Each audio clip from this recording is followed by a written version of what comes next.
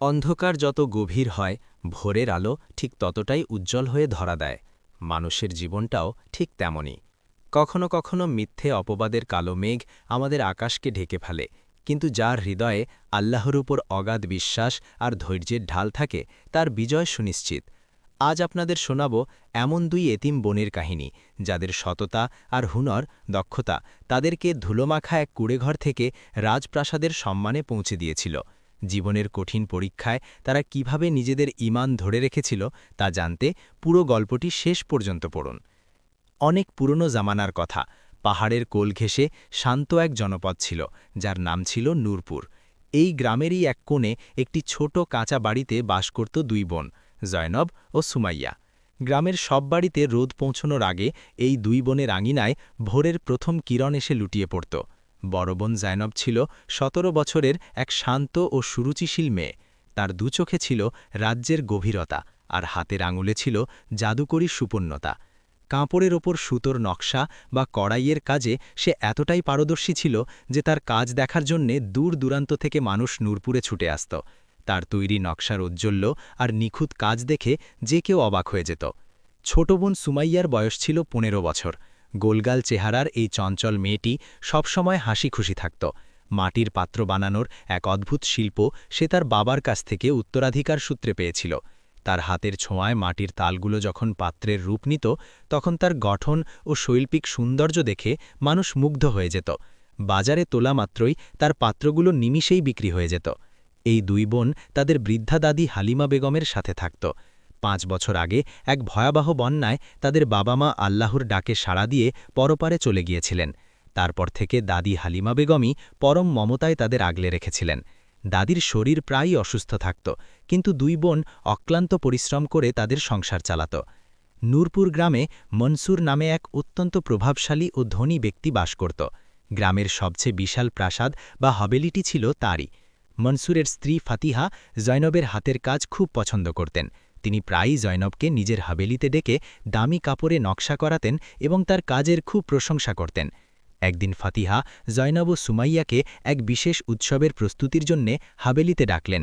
জয়নবকে ফাতিহার দামি ওড়নায় নকশা করতে বলা হলো এবং সুমাইয়াকে দায়িত্ব দেওয়া হলো হাবেলির দামি পাত্রগুলো সংস্কার করার। এটি তাদের জন্যে উপার্জনের এক দারুণ সুযোগ ছিল। পরদিন খুব ভোরে দুই বোন তৈরি হয়ে মানসুরের হাবেলিতে পৌঁছল। ফাতিহা জয়নবকে তার প্রিয় রেশমি ওড়না দিয়ে বললেন, এতে এমন এক নকশা করো যা আগে কেউ দেখেনি। ওই সময় ফাতিহা নিজের গলার একটি অত্যন্ত দামি হীরাখচিত হাড় পরে জয়নবের সামনে এলেন, যার দুটি দেখে জয়নবের চোখ ধাঁধিয়ে গেল। সারা দিন দুই বোন অত্যন্ত পরিশ্রম করে কাজ করল। সন্ধে নাগাদ কাজ শেষ হলে ফাতিহা জয়নবের কাজ দেখে অনেক খুশি হলেন এবং বললেন, মাশা আল্লাহ, আল্লাহ তোমাকে অনন্য দক্ষতা দান করেছেন। এরপর তিনি তাদের পারিশ্রমিক দিলেন এবং দুই বোন খুশি মনে বাড়ি ফিরে গেল। কিন্তু পরদিন সকালে পুরো নূরপুর গ্রামে এক হুলস্থুল পড়ে গেল। খবর এলো মনসুরের হাবেলি থেকে ফাতিহার সেই দামি হারটি চুরি হয়ে গিয়েছে। সেই হারটি ছিল তাদের বংশের সম্পদ এবং কয়েক প্রজন্মের স্মৃতি। গ্রামের পাহারাদার ঢোল পিটিয়ে চারদিকে ঘোষণা করে দিল যে গতরাতে হাবেলি থেকে মহামূল্যবান হার চুরি হয়েছে। কেউ যদি কিছু জানে তবে যেন দ্রুত জানায়। গ্রামের মানুষ নিজেদের মধ্যে কানাঘুষো শুরু করল যে চোর কে হতে পারে। তখনই এক কুচক্রী লোক বলে উঠল, কাল তো জায়নাবার সুমাইয়া সারাদিন হাবেলিতে ছিল। ফাতিহার চিৎকার তখন পুরো গ্রামময় প্রতিধ্বনিত হচ্ছিল। আমি শেষবার হারটি তখনই দেখেছিলাম যখন ওই দুই বোন আমার কামরায় কাজ করছিল। এ কথা শোনার পর সবার সন্দেহ জায়নাব ও সুমাইয়ার ওপর গিয়ে পড়ল এবং দুই বোনের মনে ভয়ের তীব্র ঢেউ বয়ে গেল। কিছুক্ষণ পরই গ্রামের পুরুষেরা মনসুরের নেতৃত্বে তাদের বাড়িতে চড়াও হল। মনসুর রাগে কাঁপছিলেন এবং চিৎকার করে বললেন, তোদের এত সাহস যে আমার বাড়িতে চুরি করলি? হার কোথায় লুকিয়েছিস বল? জায়নব কাঁপতে কাঁপতে বলল, হুজুর, আমরা কোনো হার দেখিনি, আমরা আল্লাহর বান্দা, চুরি করতে পারি না। সুমাইয়াও কাঁদতে কাঁদতে আল্লাহর কসম খেল, কিন্তু মনসুর কারও কথাই শুনলেন না। তিনি হুকুম দিলেন পুরো বাড়ি তছনছ করে তল্লাশি করার। মানুষেরা তাদের ছোট্ট অভাবের সংসারটি লণ্ডভণ্ড করে দিল, কিন্তু কোথাও হার পেল না। দাদি হালিমা বেগম বললেন, আমার নাতনিরা চোর নয়, তারা আমার দেওয়া আদর্শে বড় হয়েছে। কিন্তু কারও মনে দয়া হল না। মনসুর রায় দিলেন, এমন চোরদের এই গ্রামে থাকার কোনো অধিকার নেই। কাল ভোরের মধ্যে তোমাদের এই গ্রাম ছেড়ে চলে যেতে হবে। সেদিন সারা রাত দুই বোন অঝরে কাঁদল। দাদির শরীর দুশ্চিন্তায় আরও খারাপ হয়ে গেল। জয়নব সুমাইয়াকে সান্ত্বনা দিয়ে বলল, বোন, আমরা অপরাধ করিনি, কিন্তু মানুষ আমাদের বিশ্বাস করবে না। তবে মনে রেখিস, আল্লাহ আমাদের সাথে আছেন। তারা তাদের সামান্য কিছু জিনিসপত্র গুছিয়ে নিল এবং পরদিন ভোরের অপেক্ষা করতে লাগল। আপনারা কি বিশ্বাস করেন যে আল্লাহ বিপদের সময় ধৈর্যশীলদের একা ছাড়েন না? বিশ্বাস করলে কমেন্টে আলহামদুলিল্লাহ লিখুন। ভোরের আলো ফোটার সাথে সাথে জয়নব ও সুমাইয়া তাদের দাদিকে সাহারা দিয়ে গ্রাম ছাড়ার পথে পা বাড়াল। যখন তারা শেষবারের মতো তাদের শৈশবের সেই প্রিয় ঘরের দরজা বন্ধ করছিল, গ্রামের মানুষ দূর থেকে দাঁড়িয়ে তাদের চলে যাওয়া দেখছিল। কারো চোখে ঘৃণা ছিল, কারো চোখে আফসোস, কিন্তু জয়নব মাথা নিচু করল না। তারা পথ চলতে শুরু করল সেই গ্রামের দিকে যেখানে তারা কখনো যায়নি। রাস্তা ছিল অত্যন্ত দুর্গম ও পাথুরে। অসুস্থ দাদির জন্য সেই পথে চলা অসম্ভব হয়ে দাঁড়িয়েছিল। বারবার তারা ক্লান্ত হয়ে থমকে দাঁড়াচ্ছিল। দুপুরে তাদের সাথে থাকা পানি ফুরিয়ে গেল এবং দাদির শ্বাসকষ্ট শুরু হল। দাদি জিজ্ঞেস করলেন, বাছা, আমরা কোথায় যাচ্ছি? জয়নব সাহস জোগাতে বলল, দাদি আম্মু, শুনেছি সামনে এক বড় জনপদ আছে যার নাম দারুস-সালাম। সেখানে নিশ্চয়ই আমাদের থাকার জায়গা হবে। যদিও তার নিজের মনেই সংশয় ছিল। সুমাইয়া জয়নবের হাত শক্ত করে ধরল, যেন বলতে চাইল, আমরা একসাথে থাকলে সব ঠিক হয়ে যাবে। সূর্য ডোবার উপক্রম হল, কিন্তু দারুস-সালামের দেখা নেই। দাদির অবস্থা মরণাপন্ন। হঠাৎ তারা পথের ধারে একটি বিশাল গাছ এবং তার নিচে এক বৃদ্ধা মহিলাকে বসে থাকতে দেখল। তিনি কিছু ওষুধি গাছ বাছাই করছিলেন। জয়নব গিয়ে তাকে সালাম দিয়ে সাহায্য চাইল।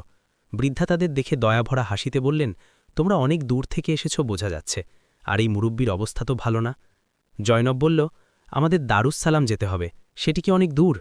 বৃদ্ধা বললেন, সেটি এখনও অনেক পথ, তোমাদের দাদি সেখানে পৌঁছাতে পারবেন না। আমার বাড়ি কাছেই, তোমরা আজ সেখানে বিশ্রাম করো। জয়নব কিছুটা ইতস্তত করলেও দাদির অবস্থা দেখে রাজি হয়ে গেল। বৃদ্ধার নাম ছিল আশরাফুন্নেসা। তিনি একাই একটি ছোট বাড়িতে থাকতেন। তিনি দাদিকে বিছানায় শুইয়ে দিয়ে নিজের বানানো ভেষজ নির্যাস পান করালেন, যাতে দাদির শ্বাসকষ্ট কমে গেল। রাতে খাওয়ার সময় তিনি তাদের গ্রাম ছাড়ার কারণ জানতে চাইলেন। সুমাইয়া সব সত্য কথা খুলে বলল। আশরাফুন্নেসা সব শুনে শান্তভাবে বললেন, আল্লাহর ফয়সালায় কোনো ভুল থাকে না, হয়তো এর মাধ্যমেই তোমাদের জন্য কল্যাণ নির্ধারিত আছে। সকালে দাদির অবস্থা কিছুটা ভালো হল। আশরাফুন্নেসা দুই বোনকে ডেকে বললেন, দেখো, আমার বয়স হয়েছে, চোখের দৃষ্টি কমে গেছে। এককালে আমিও সূচিকর্মের কাজ করতাম, এখন তোমরা আমার সাথে থাকো এবং আমার কাজগুলোকে এগিয়ে নিয়ে যাও।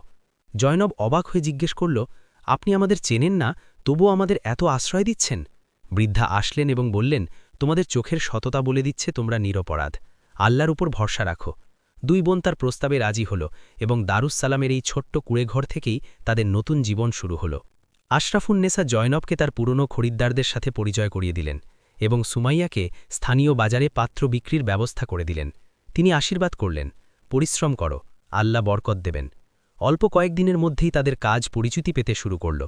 একদিন জয়নব যখন বাজারে যাচ্ছিল, সুঠাম দেহের এক যুবক তার সামনে ঘোড়া থামাল। সে জিজ্ঞেস করল, তুমিই কি জয়নব, যার কড়াইয়ের কাজের কথা আশরাফুন্নেসা খালা সবাইকে বলেন?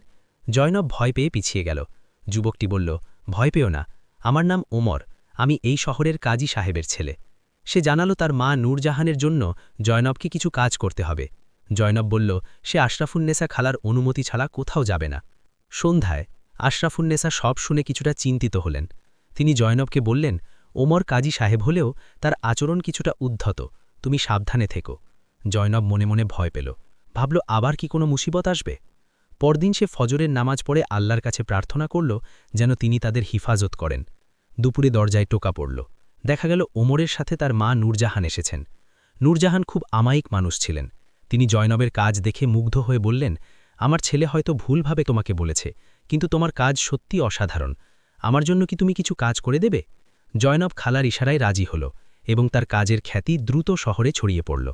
সুমাইয়ার মাটির পাত্রের চাহিদাও দিন দিন বাড়ছিল। দাদিও সুস্থ হয়ে উঠছিলেন। সব যেন আবার স্বাভাবিক হতে শুরু করেছিল। একদিন নূরজাহান জয়নবকে বললেন, শহরে এক বড় রাজকীয় মেলা হবে, সেখানে যেন তারা তাদের কাজ নিয়ে স্টল বসায়। মেলার দিন জয়নব আর সুমাইয়া তাদের সেরা জিনিসগুলো দিয়ে মেলা সাজাল। শহরের মানুষ তাদের শিল্পকর্ম দেখে অবাক হয়ে গেল। সেখানে শহরের এক নামী ব্যবসায়ী আদনান তাদের কাজে মুগ্ধ হয়ে বললেন, আমি এই শিল্পগুলো বড় শহর এবং বিদেশে রপ্তানি করতে চাই। বোনেরা খুশিতে আত্মহারা হল।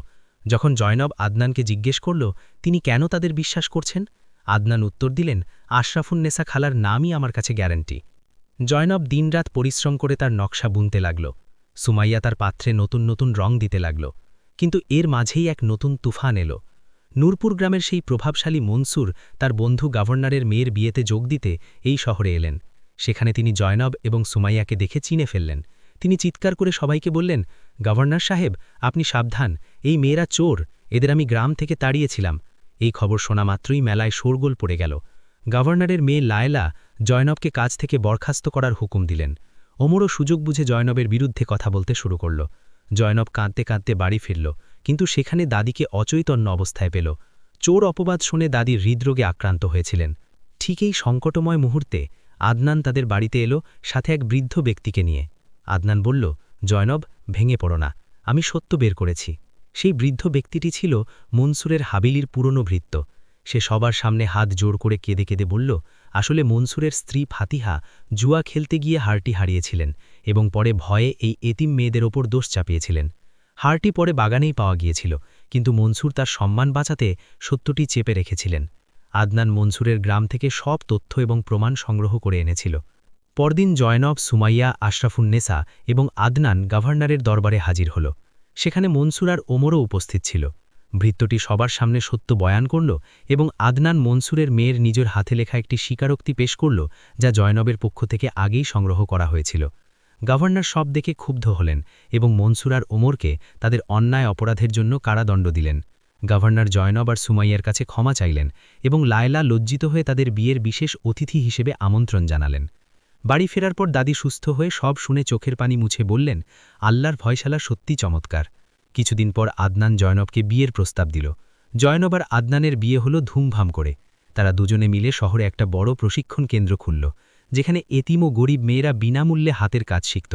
সুমাইয়াও তার আশিল্পের জন্য বিখ্যাত হয়ে গেল এবং তারা নূরপুর গ্রামে একটি মাদ্রাসা স্থাপন করল, যার নাম দেওয়া হল সবর ও সত্য। জয়নব আজ বুঝতে পেরেছে যে সেদিন যদি মনসুর তাদের তাড়িয়ে না দিত, তাহলে আজ তারা এই অবস্থানে পৌঁছাতে পারত না। সুতরাং প্রতিটি বিপদের আড়ালেই আল্লাহ এক মহান পুরস্কার লুকিয়ে রাখেন।